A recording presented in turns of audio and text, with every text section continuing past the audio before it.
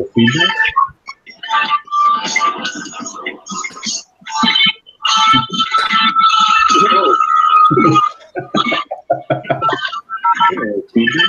Make one of us. Oh, Downhill.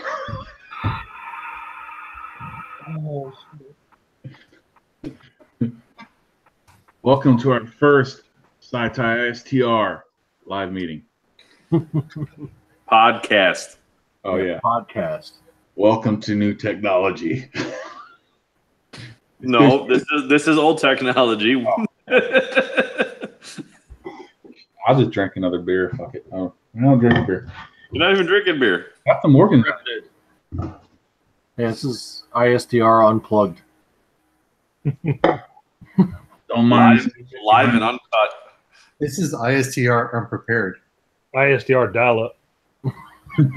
We're always unprepared. Brought to you by AOL Adam. All right, so do we have any way of seeing who is watching this right now? I'm about to go over to the main page and look real quick. I'm afraid to click it. I want feedback. I'm just gonna mute it. Hello, hello, hello, hello. Hood, are you the only one who can see who's watching? From the main page, you can see the number of viewers, and I can't see who they are. It just says one viewer right now. Well, hello, one viewer right now. 2 viewers now. Yeah, doubling up. Steve from PA says he's watching while he's watching hockey. So, We're way better than hockey. Put the Knights game on because Oh, how are the Lightning doing? they're down 2-1 in the series, but they came back big last night in Game 3. So, Yeah, they're done. Are the Sabres in it anymore? Who? Exactly. Who? So, in case anybody doesn't know, I'm Harmon. That guy right there. That guy right there. That's Morgan. Hello, Morgan. Wave. Right on. And introducing Mr. Tom Mandrov. Say hello. Hello. Hey, sexy. And the bearded wonder. Where's Mr. Adam? Oh, dude, I noticed. Adam, say something. What? Oh, hi. Yeah, what's up? Dude, you clipped your beard. Sorry. he's Holy, like Adam's like our version of Aaron from Fast and Loud. but he shaved. It's looking kind of girly-ish. I haven't, no, it hasn't been cutting in a while. He's like Aaron, except he shaved and breaks things instead of fixes them. Yep. And of course, Podcast. we got to introduce the most infamous Hood. Hello, Michael Hood. How are you today? I'm fantastic. Great. I'm fantastic. It's a pleasure. I started to do the Paula Dean "Hey y'all," but that seemed a little stereotypical. Run with it. I mean, you know. I don't think I can keep it up. Oh, no. Hey, y'all. Hood's got a mustache. I know. I know. You know what? On one of these podcasts, we should dig up that video from that shindig with Rodney and Adam taking that truck around the autocross. Yes. It's on YouTube under my name. That was epic weekend. That was epic weekend. Yeah. So many things happened. Man, all these people miss out on the good shit. Yeah. I blame Obama.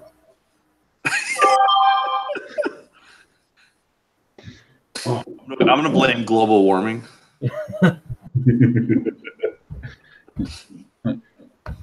So, Mr. Tom Mandro. Yes, sir. Is that a Blazer in the background? Damn straight. Chevy Blazer. Damn. I ain't seen one of those in forever. Yep, it's getting ready for its body kit soon. Sweet. JC Whitney, yo? LMC. Oh, you in fucking high class. I can't Yeah, afford high roller.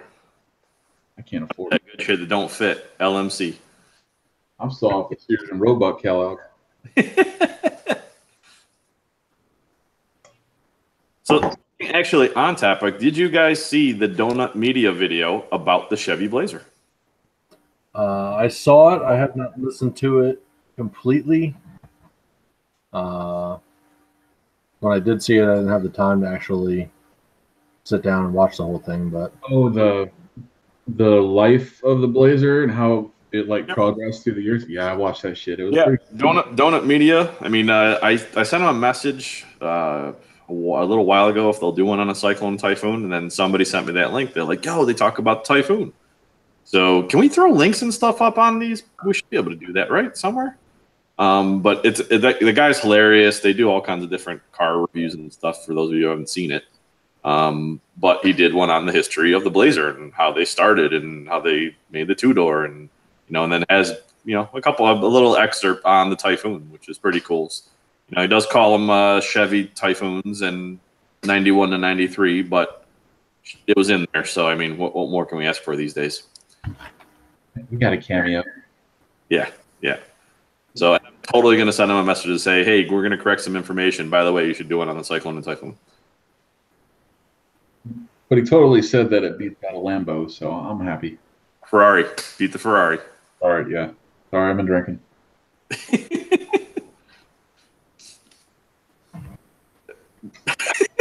Morgan smoking 3 cigars. one for each year of the sci-tie. Perfect. I was trying to compete, but I can't hang. Yeah. Also, don't want to smoke in the house, so Yeah, wife and kids might not like that much. I probably wouldn't mind, but it's not great for the kids. So I will think until I get better Wi-Fi in the garage. All right, so gentlemen, can we talk about the purpose of ISTR and what we do and what we want to do?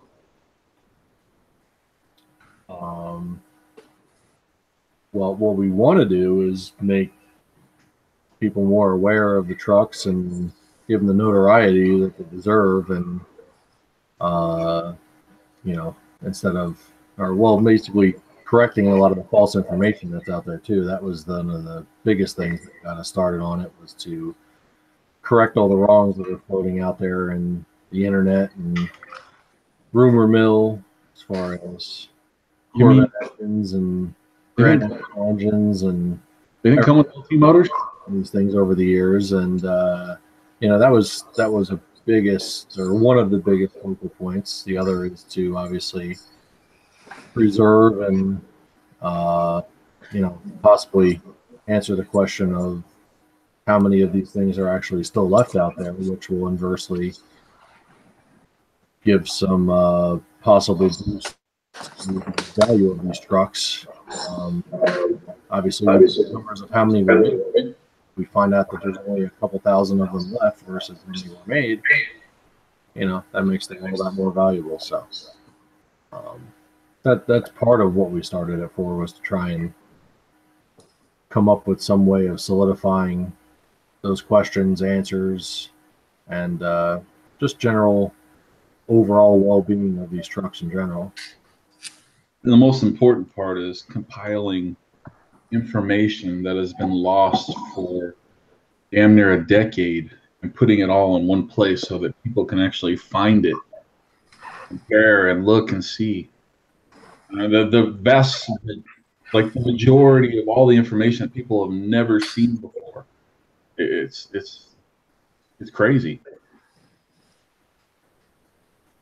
Yeah, I mean, it's exactly what these guys are saying. I mean, the main goals of ISTR is to have accurate history on the trucks, the preservation of the history, the technical information that's out there for them, and the continual data collection on the trucks, because there are actually still some stuff out there that we don't know and we're still finding.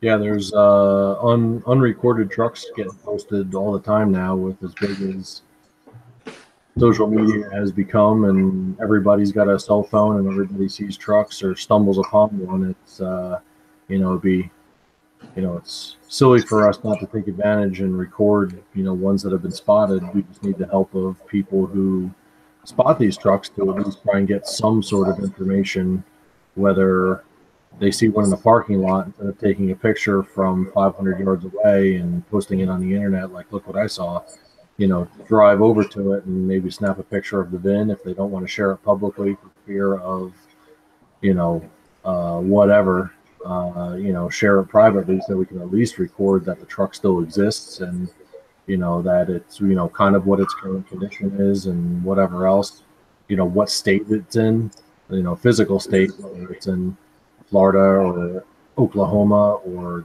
Texas or wherever it's at. So we can kind of get a recorded history of, hey, this truck still exists, it's on the road, and, chalk another one to the still alive list instead of one that we're assuming is dead.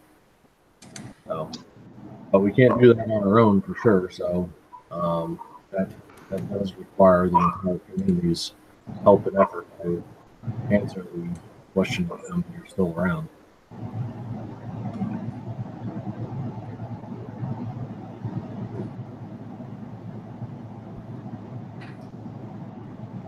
Also, too, we are building a new registry database.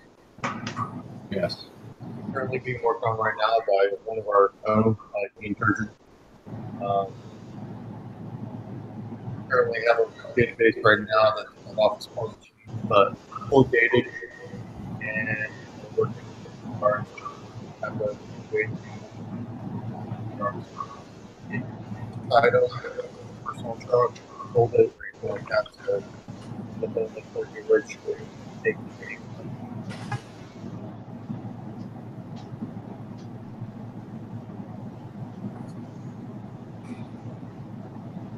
Yeah. Sorry, I need my clip notes.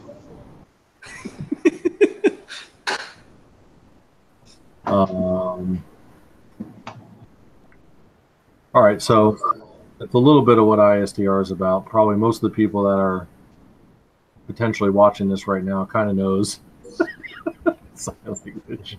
Yeah, how do we sign language sci-type? With post-it notes. Oh, damn. Yeah. Most of the people that are watching probably kind of, sort of, hopefully have a gist of what ISTR is about. And if not, in the ongoing months and or events that people can possibly attend, they will, pick up the pieces in between. But basically, we're just, we're an NPO trying to, help make these trucks survive and give them their due justice. And that's the most important part that everybody needs to understand. We are a non-profit organization. We are completely transparent. Nobody, all four of us, they're four, right? Five. I can count. 1, 2, 3, 4, 5. Florida education at its best. None of us have actually taken a dime. We've actually invested more into this to help out the sci-tech community than we have taken. And we want to see it grow. We want to see it transform. We want to see it grow into something badass, because, we do. Yeah, we're all negative cash flow actually right now from this NPO, so we're a negative profit organization. we're a donation organization. That's how much we love these trucks. We're giving trucks are a negative profit organization themselves, so it's consistent. So we're giving back evidence if we ever get audited. Don't give away too much. Why don't we spew out how we got started with these nightmares anyway, and kind of go from there. In band camp, I saw a Typhoon get shoved in a parking space. So, does Adam need time to write out his notes so he can share how he got into the Cyclone Typhoon community? You should do like little paper doll cutouts with like little atoms and trucks. Now, Adam, why don't you draw up some stick figures and like do the books where you flip through the pages and it puts a story together. Flip book, yeah. Yes, Well, flip. You know what's messed up? If he was to do the whole mind thing, the video won't flip to him, so nobody can see him. So he'll be like, Tell him to snap his fingers.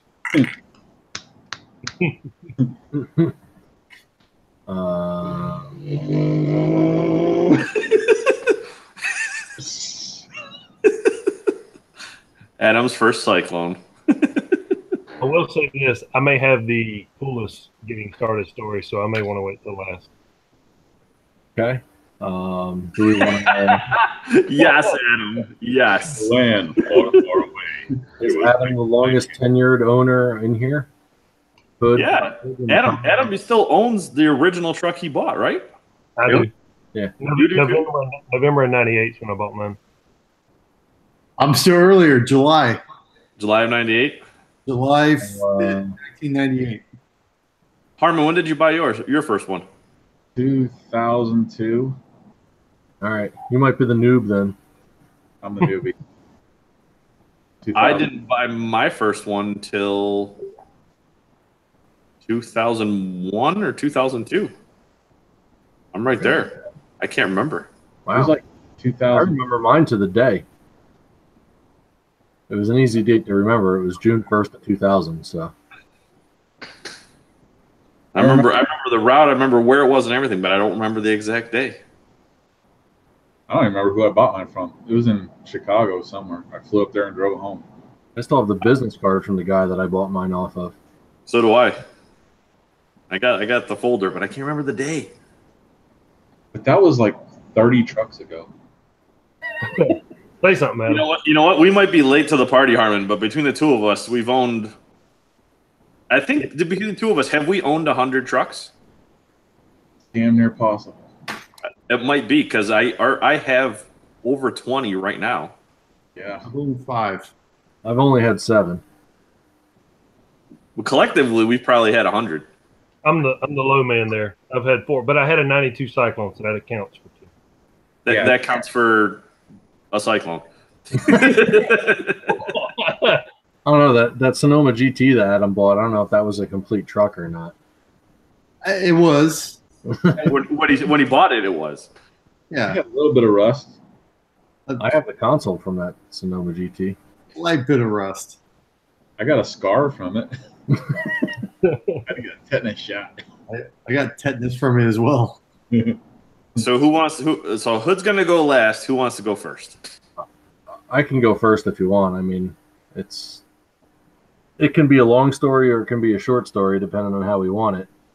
I mean, I think a general condensed story. all right. I mean, general condensed is, I mean, I don't know if anybody shares the same feelings, but I mean, obviously I knew about Grand Nationals and all that stuff first, and that kind of got the Turbo 6 bug working to begin with. And then back in the day when Truckin' USA was still on TV, saw the episode they did with, what the heck was that guy's name that was on that show?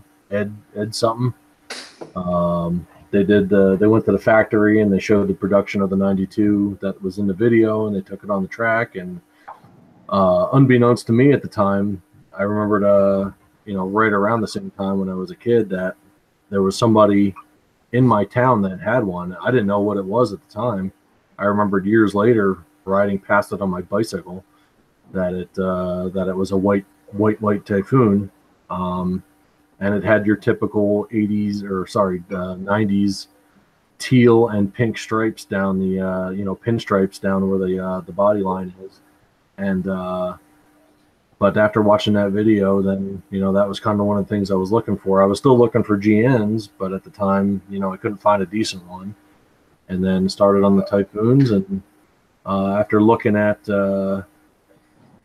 of them, I ended up buying the third one. The first one I looked at was a 92 white gray that was in Jersey, and it actually gotten broken into about 2 nights before I went to go look at it. So the guy ended up having to postpone the meetup, and somebody broke in the passenger window and They didn't take anything. They just broke into it for whatever reason and shattered the glass. So we got the glass replaced, and then I went and looked at it, and I didn't buy that one. I don't remember the exact reasons why. I looked at a black that was somewhere. No, correction, 4. There was another one up in North Jersey that ended up getting bought by another member eventually. Mike S. ended up buying it. I think it was 1588 or something like that. It was painted a black cherry metallic. That's one of the first people I met. Yep. Yeah, I saw Wiki. I forget what his last name was. Mike Salkowitz. Yeah, that's it. Yep. He ended up buying it a year after I looked at it. And body-wise, the truck looked great, but he did end up having some drivetrain issues with it, I do remember. The only reason I think I passed on it was a little pricey. It was at a dealership and things like that, but I did look at that. And then I ended up buying my white, like I said, on June 1st of 2000. A guy out in Pennsylvania had it, and oddly enough, Jimmy Mann actually came up from Tennessee and looked at that truck before I did. He didn't purchase it because I don't think he cared too much for the seller, and thought he was a little shisty and whatnot. I didn't really have too much of an issue with the truck. It had 42,000 miles on it, and although it was a salvage title truck from a previous stolen situation, it was clean. It had fresh paint on it. It looked all there to me. It drove okay.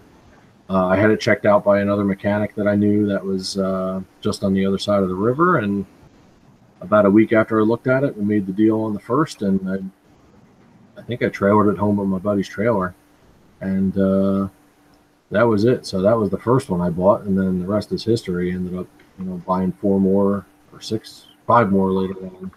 No, 6 more later on down the road. Currently have 3, and none of them run. So it's about typical stuff. The life on a side tire. Yep. So 18 years later, I've got 3 and haven't driven one on the road legally since 2006. Wow. Yeah. That's a good story, except for the last part, that it's been over 10 years since you've driven one. Well, I mean, I've driven one, but just not legally. The last time I took mine to the meet was one of the Maple Shade Hooters meets, and it wasn't registered anymore. But you drove it. There. It was insured, but the registration had expired, and I didn't renew it because I knew it was on its last leg. It was two-wheel drive. It was two-wheel drive. It because from the broken front drive shaft at the Nationals the year before or whatever, and then that got fixed, but it wasn't fixed properly, so it crapped out again. And then I wasn't even running premium in it at that point because I couldn't get it to boost anyway because it would just roast the tires. So I was driving it on regular gas, two-wheel drive to Maple Shade for a Hooters meet, and after that came home from that meet and parked it, and that was the last time I ever drove it. Wow. Need to fix that part. Yeah, with the garnet. I think I'm gonna cry. Oh, sad story. That was a good story. Yep. That was a good story. Adam, why don't you go next?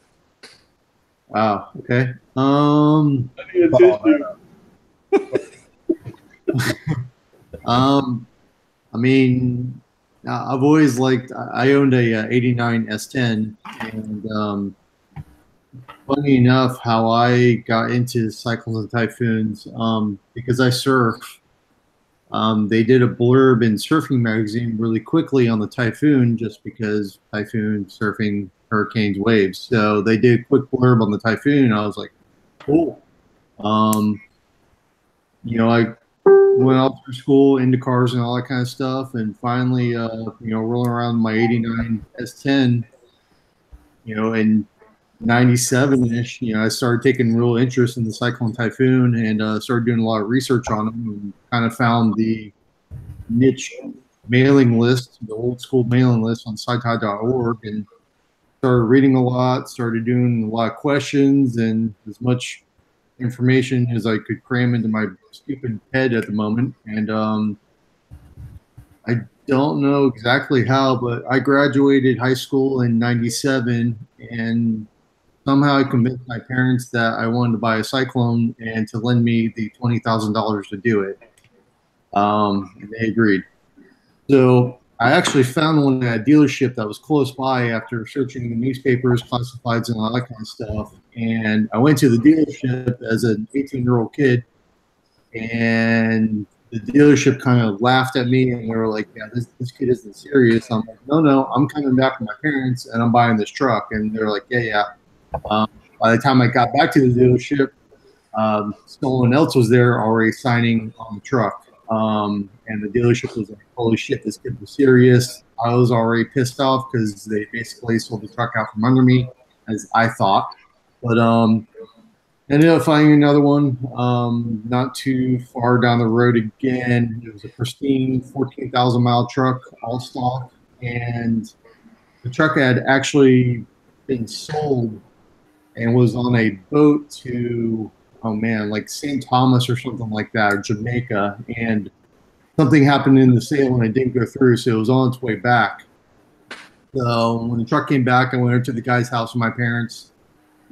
You know, as pristine as the truck could ever be. The guy was somewhat of a collector. My parents just basically wrote the check to the guy, and here I am, 1998, July 5th, with a Syclone, 18 years old, and I had absolutely no clue what the hell it would lead me to the life I've led with tie. I mean, I basically just jumped right into it.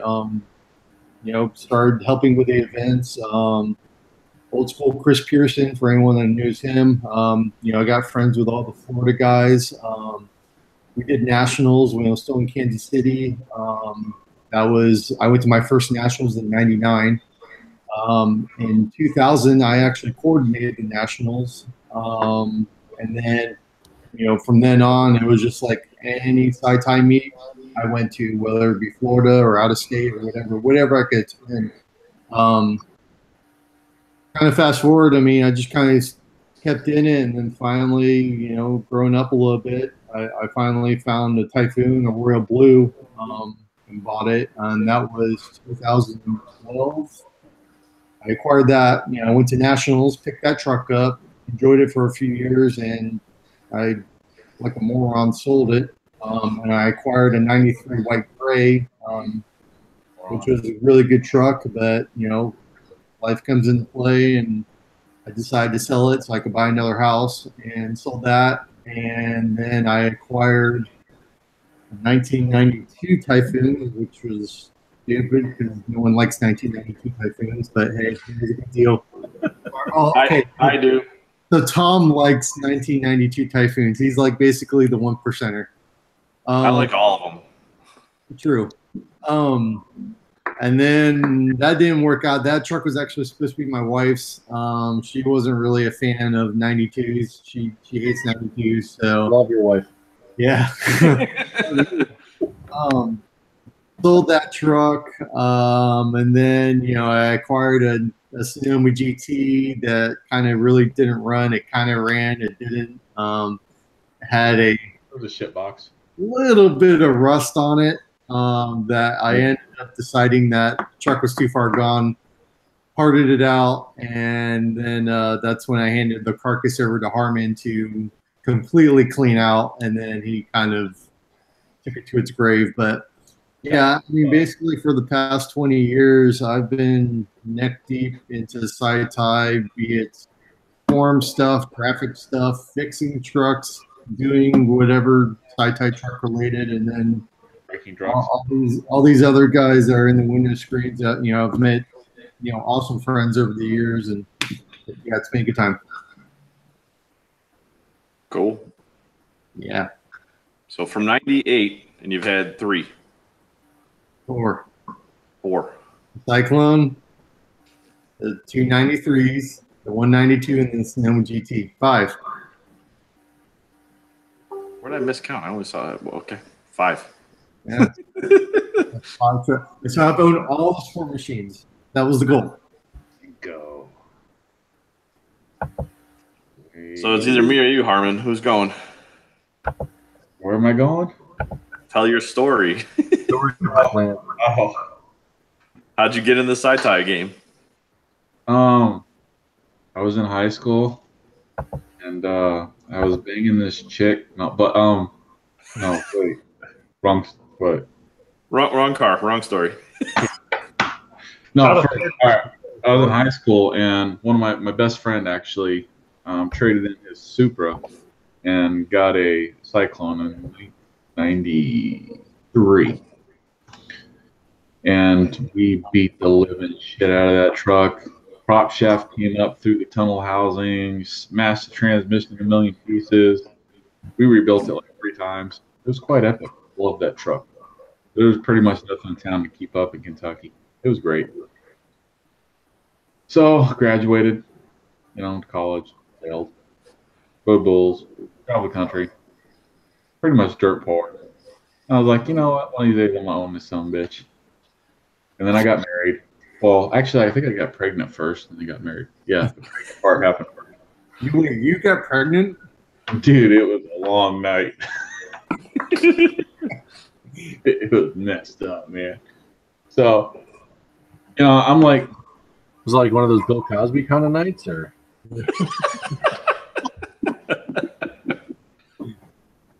I think it was dollar a shot night. close enough. Yeah. So it was like 1999. I started looking hardcore again because, I'll stay at home with the baby, nothing else to do. So, and computers just new. The intranet was like the next best thing, and I didn't know how to operate it, but I fumbled my way through it. Was on the mailing list, getting shit, reading, trying to figure out shit. And then finally moved down to Florida, and then I found one on eBay, 2010. I was like, man, I really want this. Man, I can't afford this shit. So my nice, at the time, ex-wife, she went on eBay and bid on that bitch and won. And when I got home from work, she's like, hey, I bought you a truck. I was like, hey, shut the fuck up. No, really, I bought you a truck. I'm like, shut the fuck up. So she's like, bought you a plane ticket, going to Illinois this weekend. You guys gonna meet you there. And the money, drive the truck home. I'm like, shut the fuck up. So I did. I flew up there. I don't even remember the guy's name. I have no clue. But it was a white and gray 92. And it was ugly as fuck. I jumped in that bitch. I drove it about halfway home from Illinois. Transmission went out, only had third gear. Overheated on the way home. Went through 2 alternators. Starter stopped working. Wheel hub went out. Oh, and I lost the tire. But I made it home. Then tore it completely down to the frame. Said, fuck it. It's ugly. I'm going to make it uglier. I painted it blue and silver and Lamborghini orange. And I think that's when I met Adam, 2004. I got the truck done, and we drove to Orlando to the first shindig. That's it. And I've had like a shitload of trucks since. I don't know how many. I lost count. 20, 30. Yeah, I have no clue. I think at one point when I came to your house, you had 12 or 13 in the yard, something like that. I don't know. Oh, that was so fucking retarded. You had a lot. So dumb. Drunk on Spytism. So dumb. Well, at least Tom's got a good excuse, He's in the business. That's what he does for a living. Yeah, that's why I have them all. Right. Literally, what you do to put food on the table. Me? I'm just plain stupid. Oh, look, a truck. Oh, look, nobody's buying it. Hey, I'll buy it.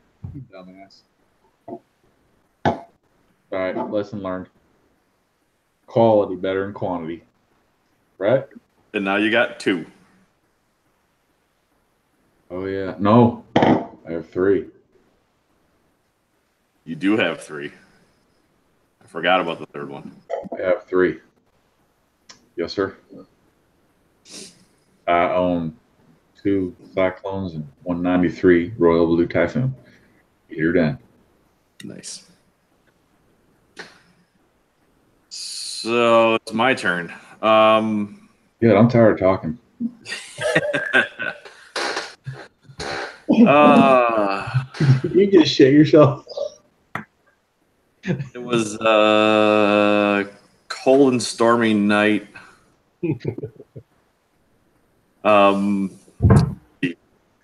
Growing up, I always wanted a vet.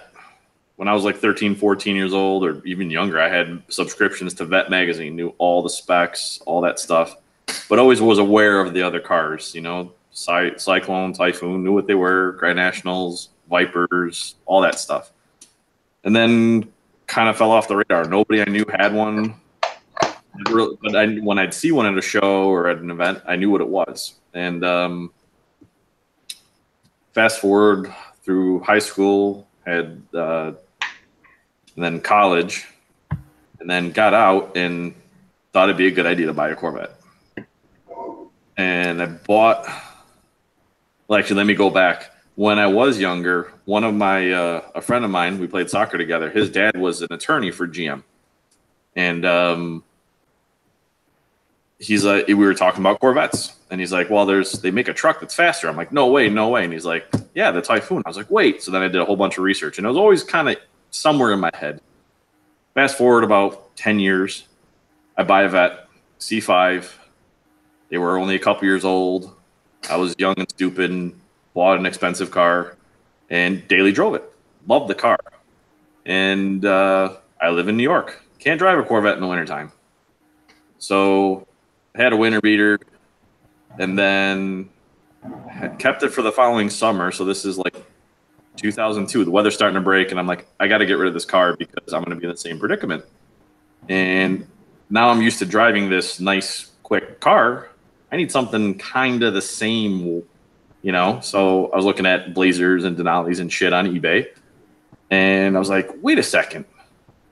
Remember those Typhoon things? So I started doing research, and I got on the old message boards. And then it just turned into the forum, the first version of the forum. And was reading the old Sci-Fi archives, you know, what to look for when you're buying one, and the, you know, things to do and how to mod them and all this stuff. And I was looking at a black on black 93 and a white gray, and I was trying to decide between the two, and the black on black was closer. It was in Massachusetts. So I think it was on eBay, didn't sell.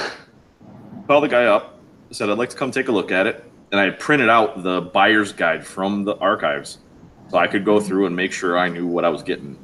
And it was 66,000 miles on it, pretty clean, hadn't been modified, had an ATR exhaust on it. That was it. Took it for a drive, did all the tests, checked for blow-by, checked for the CVX and all that, and everything checked out good. And bought it on the spot.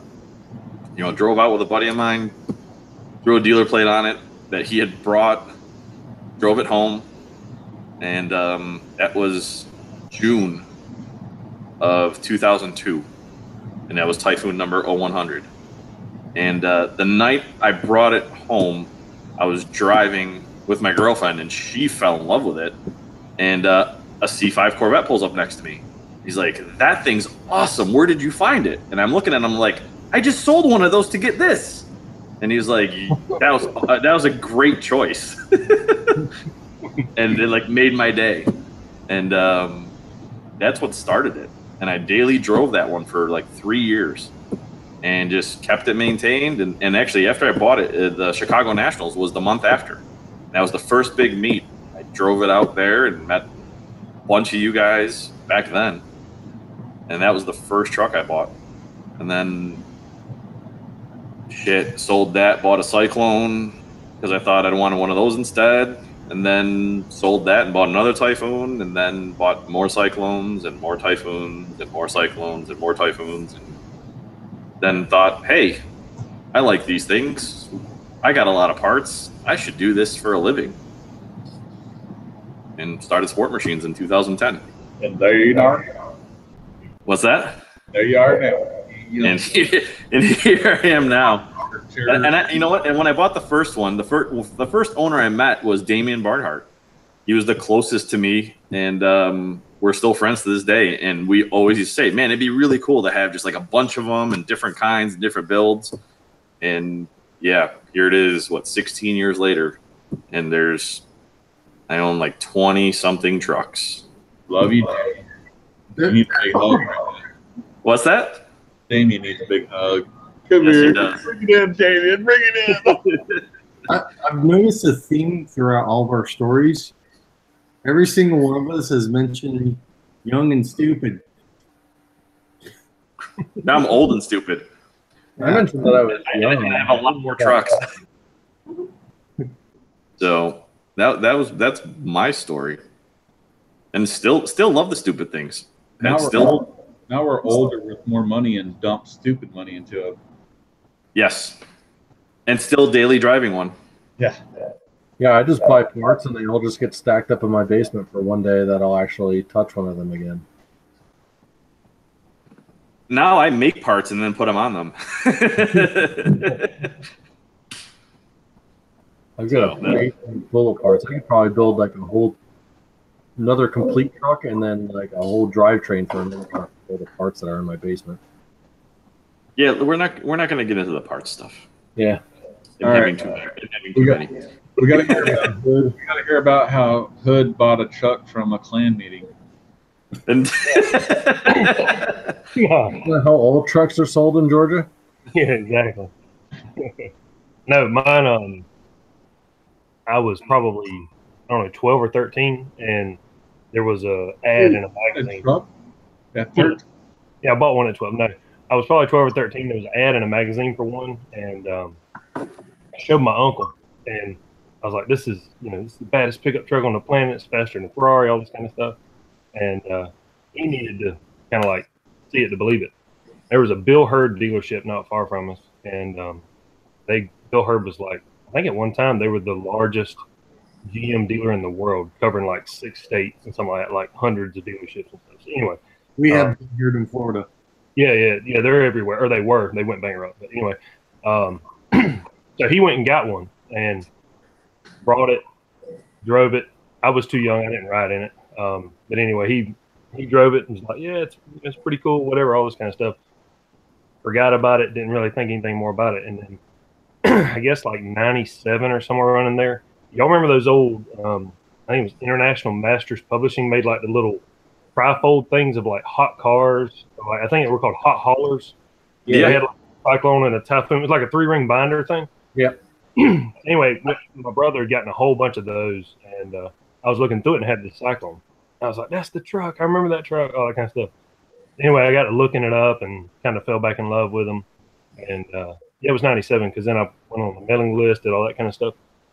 Anyway, I got to looking for a truck, and long story short, I found the truck that my uncle test drove. He had kept a sheet from the dealership that had the VIN number printed on it, and I actually found 1596 like 8 years later, or whatever it was, 6 or 8 years later, and bought it. The truck has never left the state of Georgia on its own tires. It was delivered on a hauler, sold in Georgia. The guy that bought it promises me to this day that he never drove it out of state. He used it just to tool around town. Had like 42,000 miles or 43,000 miles on it when I bought it. I have never left the state with it at all. So, not that counts for a whole lot, but anyway, I got that truck in '98. I met Adam in '99 at Nationals, and he had mentioned Pearson when I got to the Nationals. I didn't know a soul. I'd made like some mouse pads back then, back when people used mouse pads, and I had brought them to Nationals and sold them. And Pearson knew me from the mailing list and just threw me the keys to like a 13,000 mile white gray Chromie, Chrome Boy. That's what it was. Just threw me the keys to it. Like, have fun, man. And I drove that thing around all weekend long, and gave me a ride in the Marlboro, all that kind of stuff. And that was like, fuel on the fire and all that. And after that, I kept the truck. Still have the truck to this day. Bought a Typhoon in 2007 or 8. The '92 Syclone, got it a year or so later, and that's about it. Met all you guys. Did the Shindig with Adam, 2004, 2006, 2008, 2010. And Harmon, I met you in 04. Get her done. Yeah. Anyway, met most of you guys at events, I think. Didn't we sleep together in 2004? Probably. Y'all messed me up. I know in 2006. Yeah, 2006. I was dating my now wife, and we went down to Daytona to meet, and I was trying my best to get laid, and y'all assholes kept me up the entire time burning chips, and I ain't getting that with. And I remember I hated y'all's guts. I was like, I ain't ever coming back to Florida.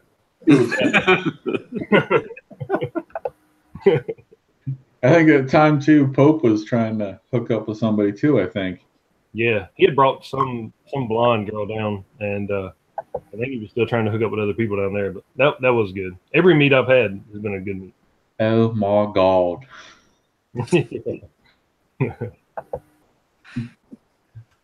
All right, guys. Let's I think we got a good podcast. We're calling it a podcast, right? It's a podcast. Podcast. All right. Well, I'm tired.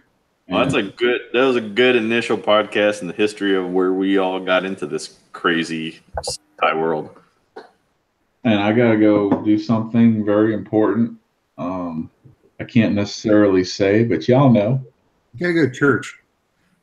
I'm gonna go watch the third period of this hockey game and drink beer. Take me to church. Basically, this was a test run for us doing podcasts with ISTR. So we know it's a little funny and a little bit loose ended, but it's kind of what we expected. But we're definitely going to clean up and get a little more organized and have some guest speakers and get some new people on here to talk to and progressively talk about trucks, history of trucks, where we're at today, where we've been, where we're going to go. I mean, all sorts of stuff we have that's going to go on. So we're looking forward to it. We hope we get a lot more people chiming in and checking it out. So we're excited. We hope you guys are too. And yeah, we look forward to doing a lot more of these. Yep. And having this platform to interact with people and answer questions and, touch on some of the topics that are relevant now, but also stuff that's gotten lost in the mix and, kind of resurrecting a lot of that stuff. If you call Tom in 10 minutes, in the next 10 minutes, if you call Sport Machines, half off of everything. No, you don't call him. Don't. But make sure you use Adam's credit card number because I have that here, and that's what we're going to charge. So everybody place your orders. They didn't hear that. He's on an AOL disc. And in case anybody didn't know, Tom's phone number is 867-865-309. And on that note, it's time to end. All right. Thank you and good night. Good night. Have a good one. Now we just got to figure out how to push the end button. No.